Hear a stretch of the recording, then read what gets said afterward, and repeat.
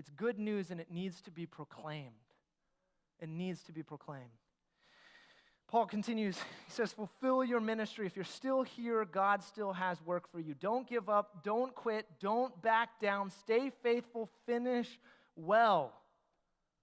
He says, for I, and he uses himself as an example, I'm already being poured out as a drink offering. In the Old Testament, they would sacrifice the spotless lamb and believe that God would atone for their sins by the blood being spilt. And as they did this, they would pour out wine in celebration that God is faithful to forgive. In the New Testament, we didn't bring a lamb up on stage this morning because the spotless lamb has already been slain once for all on the cross.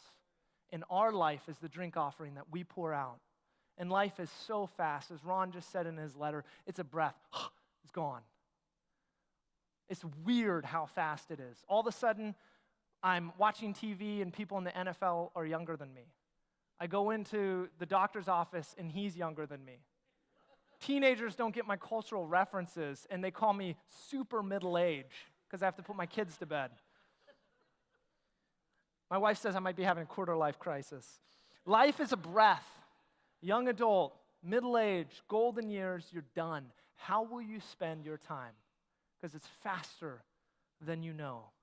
Will you finish well and use each opportunity to glorify God? He says, the time of my departure has come. His execution order has been signed. He is sitting on death row. He's a dead man walking, and he's saying, live for the last day, Timothy.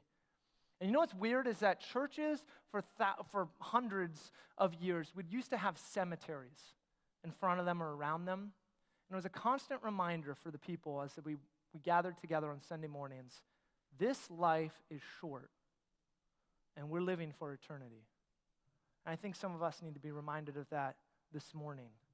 When the time of your departure has come, do you have an eternal perspective? We live today for the last day. Starting is easy. Finishing is hard. Paul says it this way, I've fought the good fight, I've finished the race, I've kept the faith. And people would look at Paul on death row in prison and say, poor Paul, he's utterly penniless, he has no wife, no kids, no retirement, no investments, he's in jail with a bad reputation. The Roman pagans thought he was crazy, the Jews thought he wasted his life, he's going to get executed any day, and he's saying, enjoy, I've finished the race and I've kept the faith. Because there's something more important, Christian brother or sister, than your success, and it's your faithfulness.